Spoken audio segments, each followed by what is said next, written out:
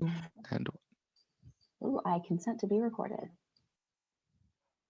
Amazing. All right. So hi, good afternoon, everyone. My name is Cara Chen, and I am one of the representatives from Kids Help Phone, here to talk to you today a little bit about how Kids Help Phone as an organization has been using technology to transform the mental health and well-being of young people in Canada. And I realize this is actually a bit of an out-of-date slide because we're not only transforming the mental health space for young people, but also for kind of all people in Canada, including young adults and older adults, which is really fantastic.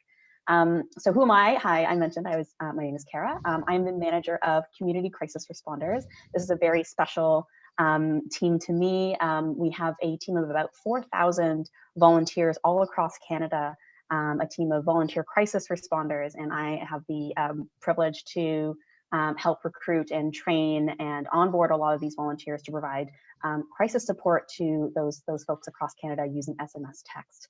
So the purpose of the talk today is I kind of want to just talk about Kids Help Phone as an organization, kind of how we've had to shift and adapt to meet the needs of Canadians over the past year or so with kind of limitations and the difficulties of this pandemic, as well as talk about specifically how our service, the texting department, has really kind of made strides in accessibility for mental health services, especially right now. So. Hi, welcome. I know this is the last session of a really successful 3 days of the conference. Thank you, Julian, for inviting me today. And if you had any questions as we go on, please don't hesitate to let me know, but I think we're also leaving some time at the end for some Q&A. So if I just get the next slide, Julian, there. Thank you. Okay, so yes, what is Kids Help Phone? So we are pioneers in the virtual care and e-health solutions. For all of you who might have grown up around, around Halloween time, you saw our phone number on the back of the Kit Kat bars. You saw our phone numbers on the back of the Nestle ice cream tubs. We've been around since 1989, way before we as a country, were even thinking about virtual care and e-health solutions. And so back in 1989, we started an anonymous professional counseling line, which you all recognize from the back of those Kit Kat bars. But more recently, and the department that I work closely with actually launched a newer service that was specifically providing crisis support through SMS text message. Over the course of those last 30 years, we just celebrated our 30th anniversary 2 years ago. We have been really working hard to try and meet young people where they're at, trying to meet the needs of their unique communication styles, their unique circumstances. And we are also the only national bilingual in both French and English 24/7 service for young people, as I mentioned, offering anonymous and confidential professional mental health counseling. Huge kudos for Julian being a part of that team, as well as volunteer-led crisis support over SMS text. And if you've ever been to our website, we also have a huge wealth of information, referrals, and really well-vetted resources for you and your local communities. So our virtual care is really rooted in saving and changing lives, not only looking at the individual needs of the person who's calling in or texting in, but also supporting the families, communities, and caring adults that refer the young people to us. Amazing. So this is a number we actually got recently, and it blows my mind. So the number of interactions Kids Help Phone has had with young people in just 2020 alone was 4.5 million young people, which I can't even conceptualize how many people that is. And I think it's even more powerful if you actually pop over to the next slide. We have met the needs of 4.5 million young people, but there are 8.2 million young people in Canada. So the number of young people aged 6 to 26 in Canada accounts for 23% of that population. And we've only really kind of reached out and touched half of those people.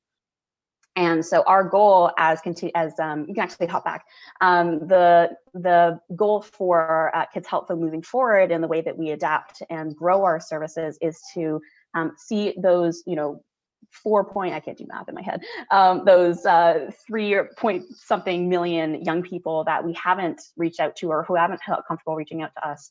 How can we make sure that their needs are being heard?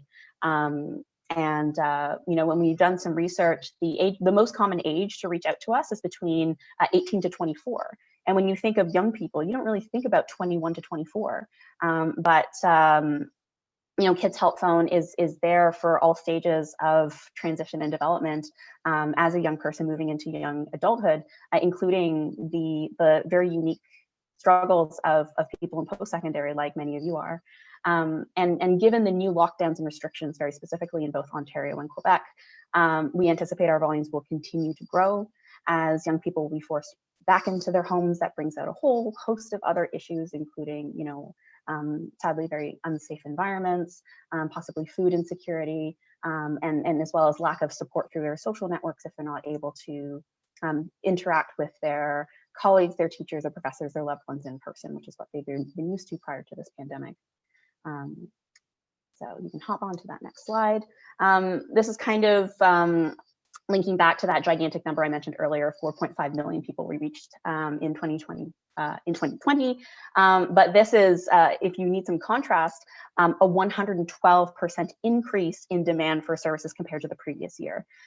We think that's for a number of reasons. I think it's because of the amazing new services and the new marketing that we've done to communities who never considered Kids Help Phone as an option. But it's also because Kids Help Phone has always been a service for the last 30 years, been a very recognizable and trusted resource for people to reach out to if they're not able to physically go to a counselor at their school, or they're not comfortable talking to their parents.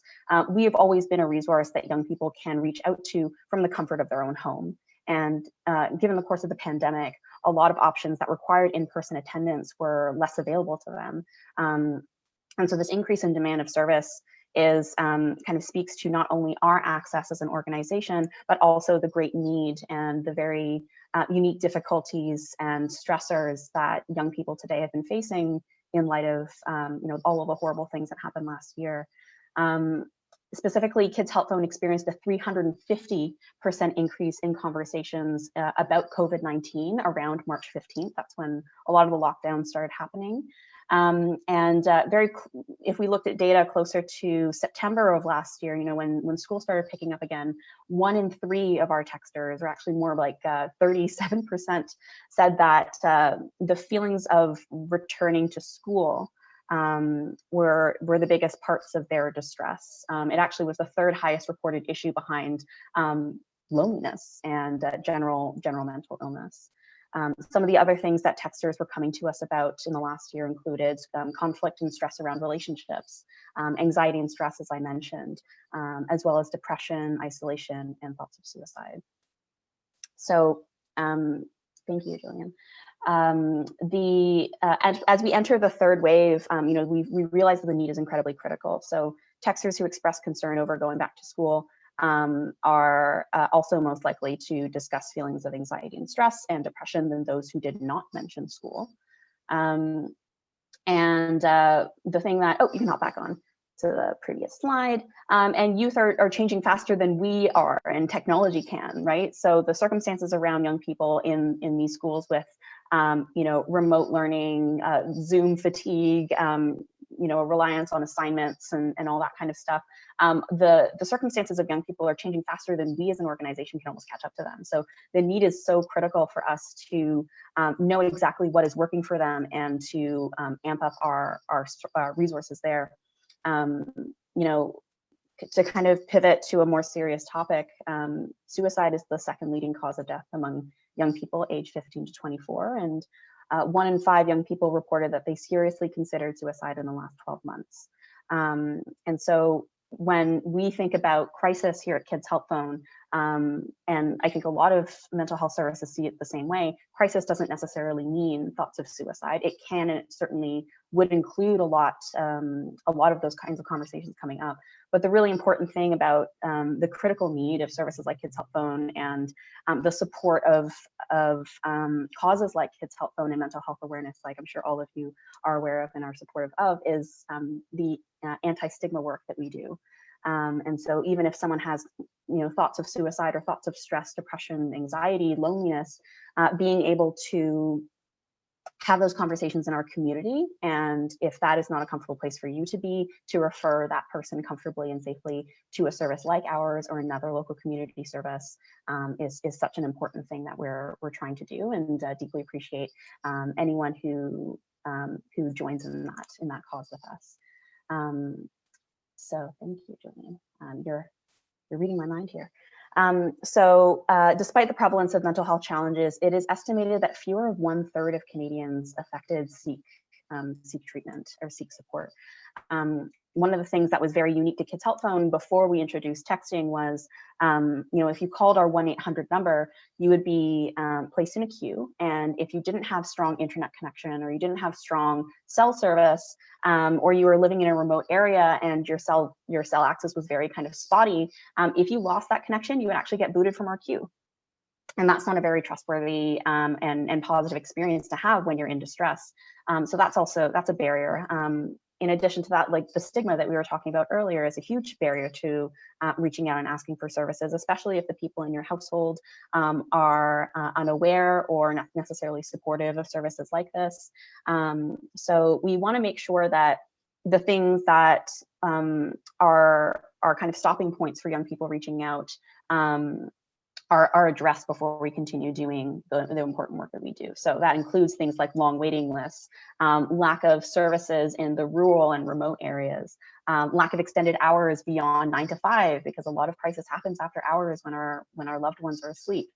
Young people have cell phones, but when was the last time you ever picked up a phone and talked to someone on the phone? People also feel that an element of privacy is required in order to share these things. And if you're talking on the phone about an upsetting thing that happened in your home, your parents or your caregivers that are contributing to that distress might be in the next room. So it's incredibly important for us to consider all of these barriers when we create new services. And that's why I'm really excited to talk about the texting service specifically. I have so much love and respect for all of the services that we provide at Kids Help Phone, as well as the other services that we kind of share with young people. But I have a very special place in my heart for the texting service, just because it's run by volunteers. It's run by people like you, and we're just so blessed and privileged to have members of the community contributing their time and efforts to kind of reducing the stigma and taking an active role. So we aim to use the technology that young people already have in their pockets to reach them. They don't need to, take a bus to a clinic and book an appointment and wait several months in order to get help. They can get that help right now. Amazing. So thank you, Julie. I'm just going to grab a quick sip of water, and then I'm going to launch into a saga of kind of the birth of Crisis Text Line powered by Kids Help Phone, which is that texting service that I mentioned so much. So I'll go into like a little bit of story mode, but basically this service launched as a trial in Manitoba back in Feb 2018. We're actually coming up on our 3rd anniversary. It was the day after Valentine's Day, so Feb 15th. We decided to launch the service in the province of Manitoba, just to kind of get a sense for what the interest would be like before we expanded to the rest of the country. The reason why we chose Manitoba was it was a smaller province, so that we could work out all the kinks from the technology point of view, make sure that the service model was what young people wanted. So that's why we didn't launch in Ontario, for example. That would have been a huge pilot.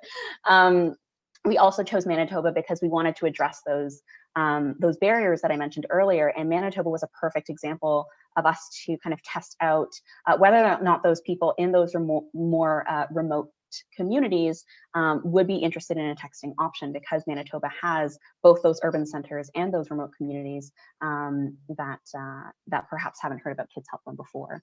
Manitoba also has a very prominent Indigenous community that, as part of our Plan for Truth and Reconciliation in our Finding Hope project that you can find on our website, we have wanted as an organization to extend more services that Indigenous young people would feel comfortable reaching out to, and being kind of culturally competent and aware of the unique things that Indigenous people face, especially in those remote communities.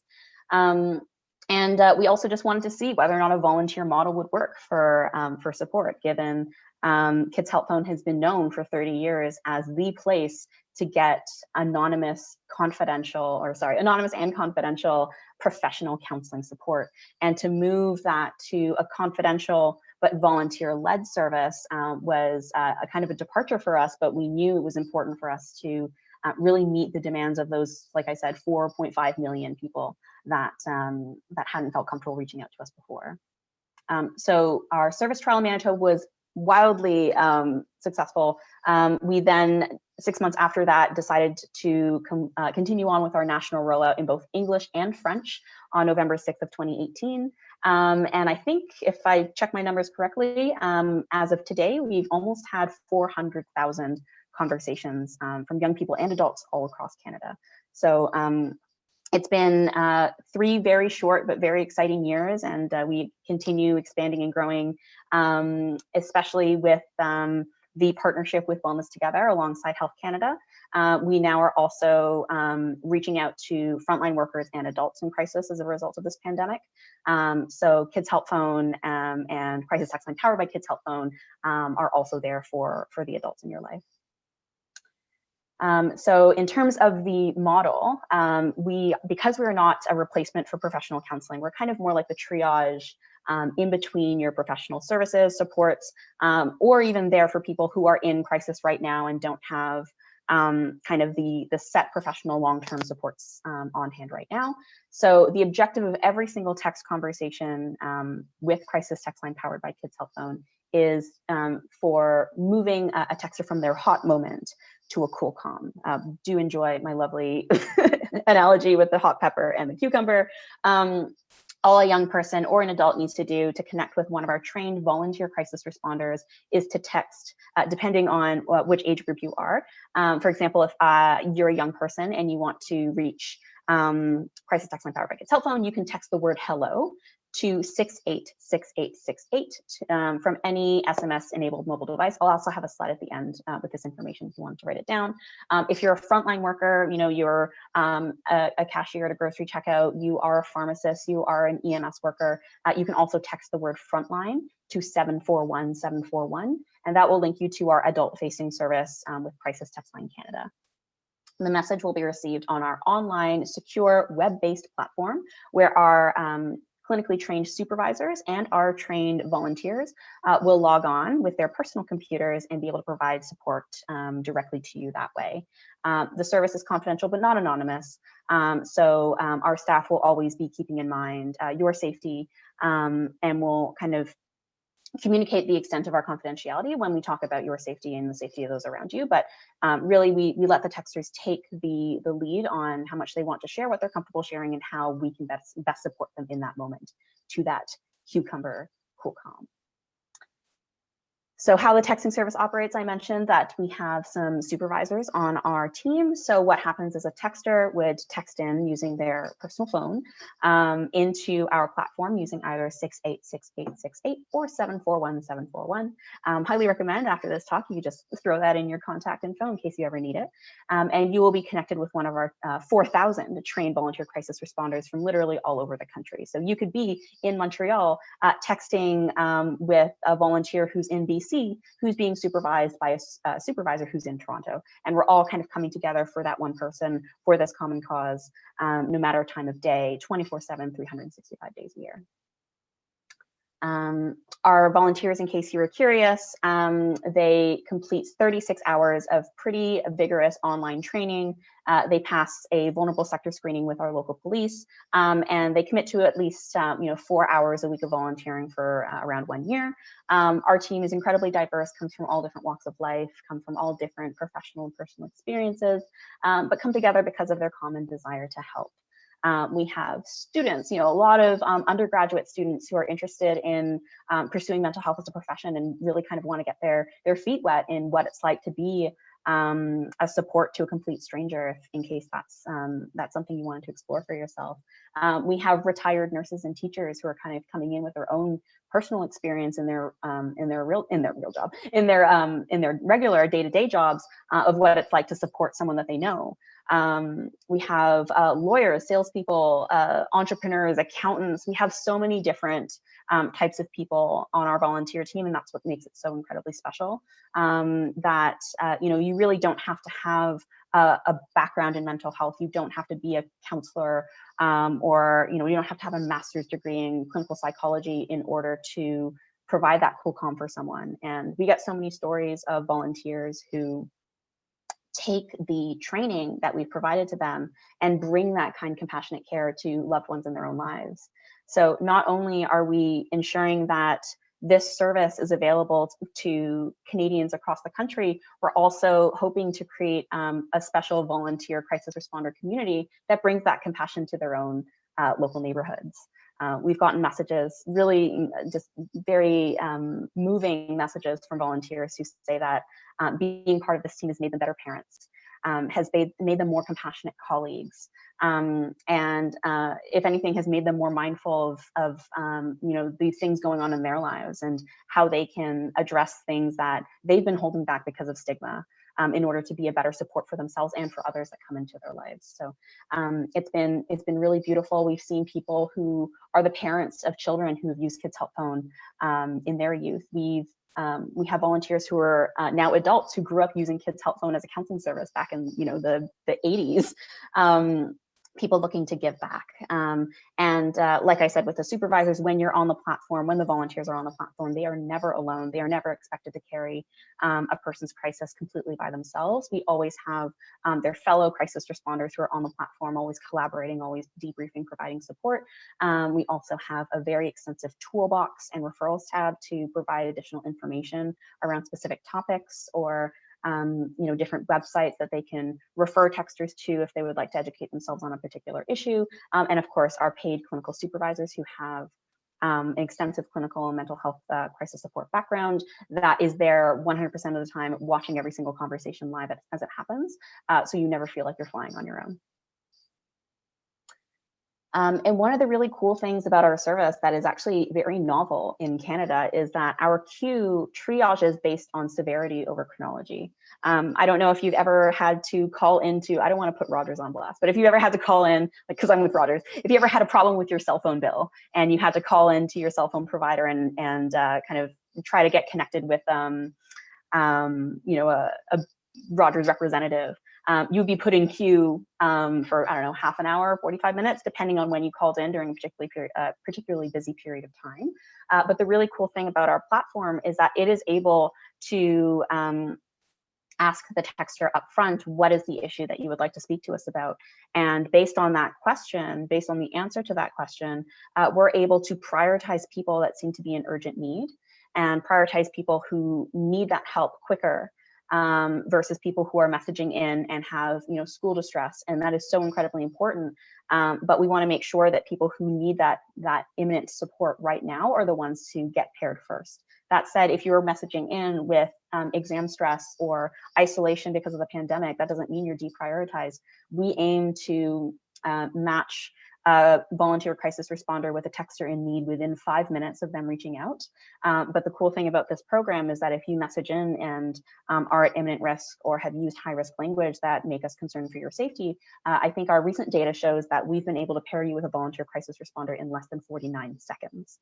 So that's a model that we've been able to really prioritize here, especially with the move of e-mental services to a lot of remote workers 24/7. And it's been really incredible to see how many texters have reached out to us, being the very first people they've ever shared their problem with, and making sure that they know that within 45 seconds or 5 minutes, we are here for them no matter what. Has been a really important thing for us to see as an org, but also a really rewarding thing to see after our conversation with them concludes, that we can kind of take a little piece of their distress away, and kind of put together some next steps for their wellness and their well-being. All right, so this is the slide I promised. If you or a loved one or a colleague or anything would be interested in reaching out for support here at Kids Help Phone, young people can call, like I mentioned, that 1-800 number that would connect you to an anonymous and confidential professional counselor. You can call 1-800-668-6868 for a single session counseling in either French or English. Or you can text TALK, T-A-L-K, to 6868 for volunteer-based crisis support, again, also in English or French. If you're a post-secondary student, I was talking to Julian about this earlier. I'm going to just say it, even though McGill might not have a Good to Talk program. Call Good to Talk at 1-866-925-5454, and the professional counselors on that line will know that you're calling in as a post-secondary student. Your issues might not be related to school, they might not be related to being a post-secondary student, but they will know that you were referred by your school. And that will be helpful context for them to kind of lead and guide the conversation to whatever you think would be most helpful. Or you can text back into our service, the texting service, texting Good to Talk ON, and that's an Ontario number, but feel free to use that or just text hello to 686868. And anyone else, if you know a frontline worker or a caring adult who would like some support, they can text wellness, WELLNESS, to 741-741, and they'll be able to receive support in either English or French. Some of our information that we've gathered in the last 3 years of running this service is that 86% of the people who've reached out to us have felt less alone, less frustrated, less upset, more hopeful, more confident, and more in control after a texting conversation with us. Like I mentioned earlier, 60% spoke about an experience or a feeling that they had never shared with anyone else. That's the big piece around destigma, and hoping that they will then open up to people in their lives about the thing that they opened up to us about. 78% of people said that without the texting service, they would have tried to manage the issue on their own without telling anybody. They would have ignored the issue or hoped it would just go away on its own. And 7% of our texters said that without our service, they would have actually gone to the emergency room to seek support for their imminent crisis then. So, you know, the work that we're doing is incredibly important. But again, like I said, the community that we've built, those 4,000 people who have willingly taken this training and out of the kindness of their hearts in their free time, provide support to people they've never met but care deeply about. This is how this is possible. And I'm sure some of you might be interested or have questions about how to become part of this team, which I absolutely appreciate and adore. So one quick story is when this pandemic kind of shut down the country, we realized that a lot of mental health services were going to have to make the move to remote. And so kind of the availability of a lot of mental health services that young people and adults come to rely on, especially during this period of intense stress and disruption, weren't going to be available as quickly until their workers were able to operate from a safe at-home environment. The cool thing about texting is that we were remote from the beginning. So I work from home. All of our volunteers can be in their jammies, you know, typing from their bed if they want, wearing fuzzy socks. It's totally fine. Our service was always work from home and was always scalable. So when Ontario locked down in March of 2020, our CEO, President and CEO Kathy Hay, went to CBC and told Canada, please, we need your support. We need more volunteer crisis responders to keep up with the intense need that we expect people will be coming in with as we move as a country into this period of transition and difficulty. And boy, did Canadians hear us and absolutely take us up on that offer. And we received around 9,000 applications from across Canada for volunteer crisis responding. And we were so excited to have this outpouring of people, not necessarily from the undergraduate students who wanted to pursue this as a career, which is really fantastic as well. But we were having people who, you know, were impacted by this pandemic and just wanted to give back. They didn't want to use this as kind of a way to explore mental health as a career for them, which is awesome. But they were just like, you know, my cousin is going through crisis and I want to be able to take training that will help me support them, in addition to giving back to my community, because this is so important. So we were seeing people from like all different walks of life, even more so than before. And we were very incredibly grateful for that. So right now, if you are interested in volunteering with us, we are specifically recruiting for people who are bilingual. So people who feel comfortable providing crisis support, written crisis support in English and in French. And we're also looking for people, if you, any night owls any night owls on the call, we are looking for people who specifically, don't mind staying up till, 1 a.m. 1 to 5 Eastern Standard Time is typically the time where texters need us the most. It's when we see kind of a different level of intensity in the types of conversations coming up because their usual supports are either closed or asleep. And so if that's something that would interest you, that's something that you would like to be trained on how to best support or kind of learn for your own, for yourself, what kind of things come up for young people during that time of night, I highly encourage you to hop onto our website, kidshelpphone.ca, and then you can click on that Get Involved page, and there'll be some information there for how you can volunteer with us as a volunteer crisis responder. We also have a number of other volunteer opportunities with Kids Help Phone, including a peer-to-peer service that we're launching that is a youth-led kind of peer-to-peer forum for other young people, which is really neat. So we're recruiting for that currently in both English and French, and a number of other important volunteer opportunities for kind of local events all across Canada, not just in Ontario and Quebec. So that is my pitch. My next slide is just a slide just inviting questions, but really appreciate you all kind of taking the time to listen about what our little organization has been doing for this, for young people across Canada this past year and, the past 30 years. I am happy to take questions, or, I can spin a yarn if anyone has, wants kind of a encyclopedic narrative of how Kids Help Phone started and all that. Happy to share. But again, happy Sunday to all, and really love this conference that you all put together. The topics are incredibly important, so thank you for inviting me.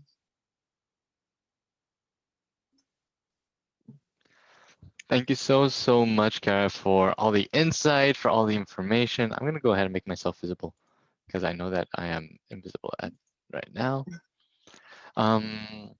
Thank you so much for all the information, all the work that you guys do.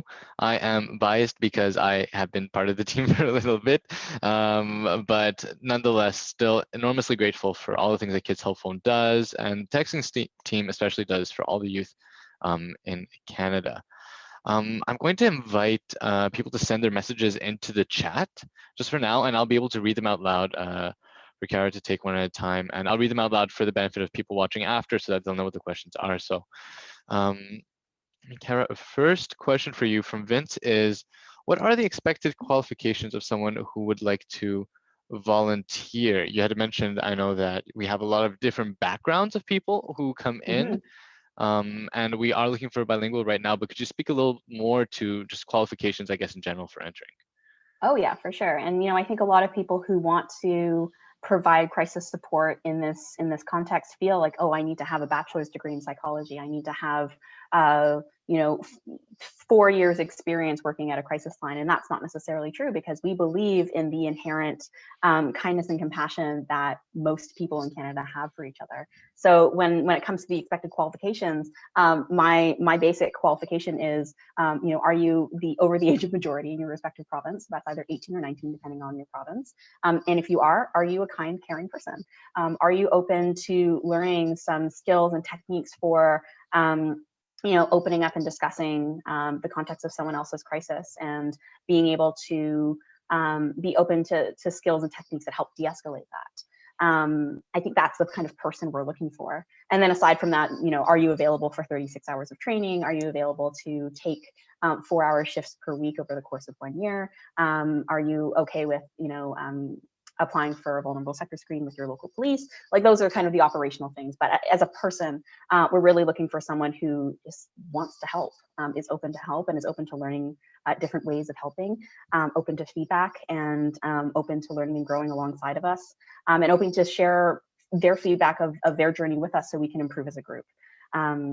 So yeah, if you want more information about like the nitty gritty requirements of the role, you also have to have a computer and a stable internet Otherwise, you won't be able to access our online platform. A lot of people think that as a volunteer crisis responder, you would need to text back on your phone, but that's actually kind of difficult. I don't know about you, but I can't type very fast on my phone anyway. So we would prefer that you have, a full computer or a full laptop with like an actual keyboard and mouse, not a tablet, just because our platform has so much information, a lot of toolbox items, and we want you to be able to navigate that comfortably. Yeah. Amazing stuff. Yeah, I think definitely the logistics and technicalities are important to make the service happen. But the heart and soul of the service is in the heart and soul of the volunteers and the people running it, and that's really what I think, as you emphasized, is the main thing too. Question from Lauren. Thank you, Cara, for all the information. This question, more of a technical question for you. Was it ever in the talks to change Kids Help Phone to something more age inclusive to encourage adults to participate? Amazing question. So it's interesting because I think Kids Help Phone as an organization, we've always kind of been the go-to resource and kind of known trusted organization for young people. That's why kids is directly in our name. But if we look at our name and deconstruct the name a little bit, Kids Help Phone, it's kind of a misnomer now, because kids, what are kids? Like, are they under 10? Are they up to 20? It's kind of unclear. Help, what does help mean to people? Does it mean, help with homework? Does it mean help because they're in crisis? Does it mean they're feeling lonely? And phone, we have a really cool service with our counseling line that you don't necessarily have to have a phone in order to reach out to a counselor. You can go to our website, look up some information on our website. You can, once our this service is back up again, use IM to directly message a counselor using your computer. So our organization, the name was created back in 1989 before we expanded our services to all these really cool things that we're doing now. And I think it's a really great point that the name doesn't necessarily reflect how much we've grown. That said, we haven't changed the name because, again, the name is associated with the trust the community has in us. So what we have been doing, like with Good to Talk, is we've just expanded separate services and renamed them and rebranded them and marketed them according to the people we would like to support. So Good to Talk is marketed towards post-secondary students in Ontario and Nova Scotia. But you don't necessarily have to be a kid to be in both secondary school. We have several older adults, and I don't know if 25-year-old is considered a kid, but those services are marketed directly to a particular population. And like you said, with something more age inclusive to encourage adults to participate, with our partnership with Wellness Together, the service that they're texting into, though it is technically the same program as Crisis Text Line powered by Kids Help Phone, comes to the same group of volunteer crisis responders. That service is marketed as Crisis Text Line Canada. So it doesn't have a mention of kids in the title, in case people who are in crisis or need support and they're frontline workers and they don't consider themselves to be kids don't feel like they're being redirected to a service that's not for them. So it's a really great observation. And as Kids Help Phone continues to grow in this ever-changing environment, we adapt and grow to meet the needs of not just kids, but also the caregivers in their lives that are struggling with the pandemic. The frontline workers who are, working incredibly long hours to support their community, and how are they turning that compassion inwards as well. So it's definitely something that's on our mind, and like our branding of Good to Talk and our branding of Crisis Text Line Canada, we're hoping to make sure that adults know that we're here for them as well. So if we go back a slide, just kind of to speak to that as well as a bit of an insider too. So let's try to get this crystal clear as much as we can. What are the ages for Kids Help Phone if they call this 1-800-668-6868? That's probably a better question for you, Julian. Honestly, I think the phone line, as far as I'm told, is Kids Help Phone and Kids Help Phone's resources are specializing in youth issues. So if an adult were to call in to the 1-800 line and talk about anxiety and talk about depression, those are universal issues, no matter how old you are. If an adult were calling into our counseling line and asking for legal advice on a custody dispute that they're having right now. That might not necessarily be something that we can provide direction on from a legal standpoint, but the feelings of distress and the feelings of disappointment and frustration are universal. So I think with the counseling line, it is geared towards and marketed towards people under 29. But it's my understanding that if you are older than that and call into that service, they will best support you with the resources they have, and then they might connect you with another resource that is kind of more tailored to your specific needs and your specific situation. You had mentioned post-secondary students for Good to Talk. That's any post-secondary student? So I believe the Good to Talk services right now are launched in Ontario and Nova Scotia. So if you are enrolled in a post-secondary institution in those two provinces, regardless of your age, you can contact those numbers. If you are outside of those provinces, you can probably use it anyway and see what happens. But I don't think that post-secondary students are limited to those options. If they're just someone who wants support, texting is available for all ages, and they can use whatever keyword they like that kind of resonates with the reasons for texting in. Amazing. A little bit of a silly question then, I guess, on my side. You mentioned how Kids Help Phone really is something that's more, at this point, kind of reflective of where we came from in 1989 in a lot of ways, and how we do rebrand and we do market kind of our other services to be able to show that we are reaching out to other communities. So my bit of a fun question is, if you had to rename Kids Help Phone, if you had to give it another title, what would you call it to be more reflective of what it is we do? Well, I'm not a marketing person, and that's why it's a really hilarious question to ask me. If I were to just deconstruct each word in our name to have it better reflect, what we actually do, instead of kids, it would just be people. Instead of help, it would be talk, and it would be, instead of phone, it would be whatever you want. So it would be people talk, whatever.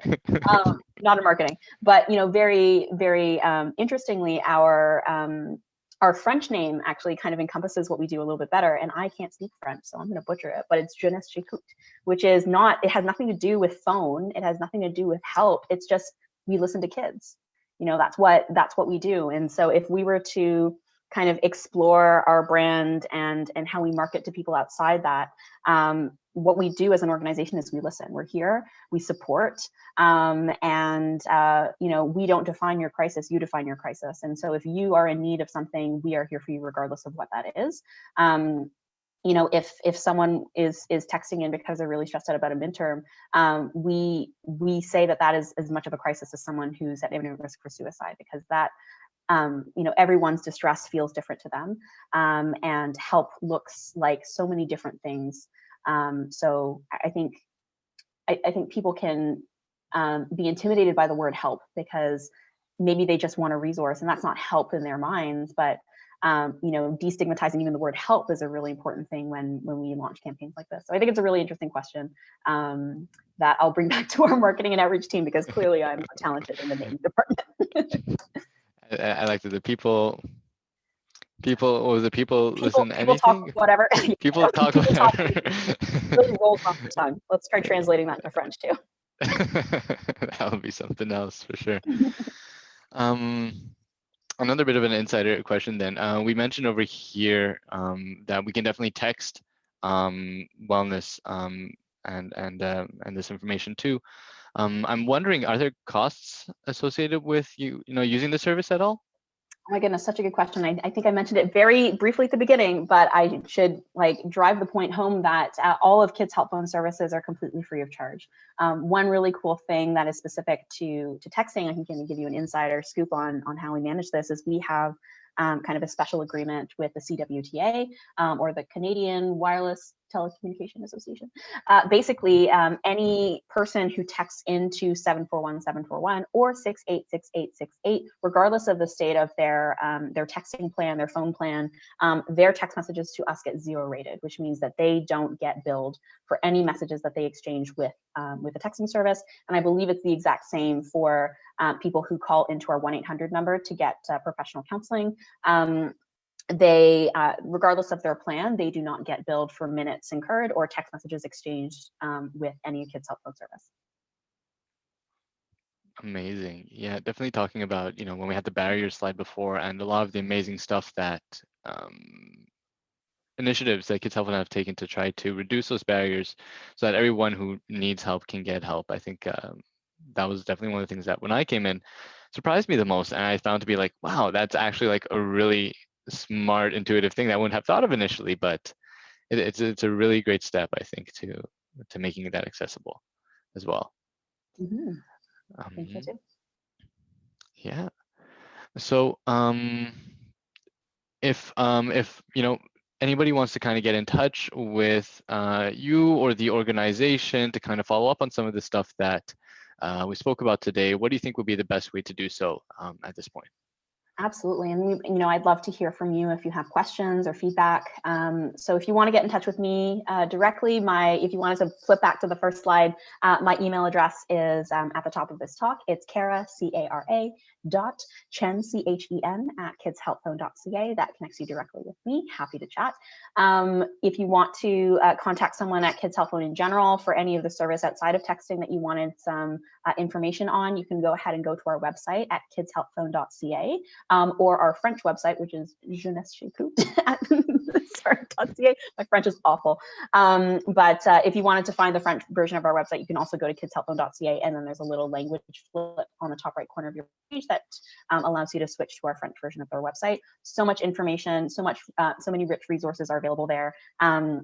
And if you would just like to submit an inquiry, there's always our Contact Us page, which is usually located at the bottom of every single page.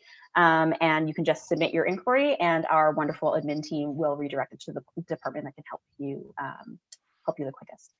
So if you want to get in touch with me directly, feel free to shoot me a message on email. If you'd like to kind of connect about information outside of the texting department or have questions about other services or other partnerships, collaborations, feel free to use that Contact Us form on our website. And if you have any questions or thoughts about volunteering as a crisis responder, especially if you are bilingual or open to overnights, you can get a hold of our application on our Get Involved page. Unfortunately, our application is currently closed to just those two special groups. But once our training calendar resets for the year, we will hopefully be reopening that application to the general public, including daytime and unilingual English folks. But right now, mostly focused on bilingual and overnight, because that is where we're currently seeing the most need. Okay, for sure. So much information on the website. Use it all the time as a counselor, use it all the time as a crisis responder as well. So definitely highly recommend that. And there's so much good vibes going on just with the team in general. So if you do have any questions at all, I know Cara has been absolute gem to be able to work and just through the whole journey on my side, but the entire team is really great. So if you do have any questions, really please do reach out. A final thought then, I guess, if you would like anybody watching the presentation, but I guess, especially in our case, we're talking about a university context as well. So if you had any last thoughts or any really important takeaways that you would want watchers of this video to know, what is it that you'd like for them to take away? 100%. And again, I just want to give a quick, huge shout out to Julian, who started off as a volunteer crisis responder on our team and is now making strides and doing amazing work with our bilingual professional counseling team at Kids Help Phone. So huge thanks for Julian for kind of bringing this topic to mind and also inviting me to speak to all of you. As someone who kind of was in your shoes and as someone who now works for an organization that is prioritizing the mental health of young people, especially students during this pandemic. What I will say is you are not alone. These circumstances are unique. They're incredibly difficult and they can be incredibly isolating. So, I know a lot of you who might have come from the talk previously about, making a career in mental health. It's so incredibly important to also explore what those options look like for yourself. My research background is actually in clinical burnout and self-care. And if something like this is something you would want to pursue as a career, even as a volunteer opportunity, know that your own well-being is the priority. Kids Help Phone and a number of other services in your local community are there for you. And with the lockdowns and everything moving to online and the stress of all of these changes to your curriculum and changes to your assignment requirements and all that, know that we have seen that as an organization. We have seen the unique struggles of post-secondary students, people living at home, people who rely on being out in nature, being out with friends as they're coping. We see that, we know that, and just know that if you want to talk about it, it's not, you don't have to classify it as help, you don't have to classify it as crisis. If you just want to talk to someone, we are here for you. A number of other organizations are here for you. And if you have any questions about that, again, please don't hesitate to reach out. We would love to hear your feedback on that. Incredible. For sure, guys. As Cara said, right, if you need anything, you can reach out. Thank you, Cara, so much for your time, your energy, presenting, putting all this together and sharing, all the amazing stuff that's happening with us as well. Thank you guys for watching, attending. If you have any questions, you can go ahead and check out the video as posted. We're going to have some notes over there. You can also check out our website for other things that happen in the conference and other things and other notes and follow-up resources. We'll be sure to include Kids Help Phone's website and carry your contact information in that, so that if anybody wants to reach out, you can go ahead and click the links that are going to be available there. Thank you, everybody. Special thank you to Cara. Thank you for the Students in Mind team for making this possible. Stay safe and take care, everybody. Happy Sunday. Thanks for being here, everyone. Thank you so much.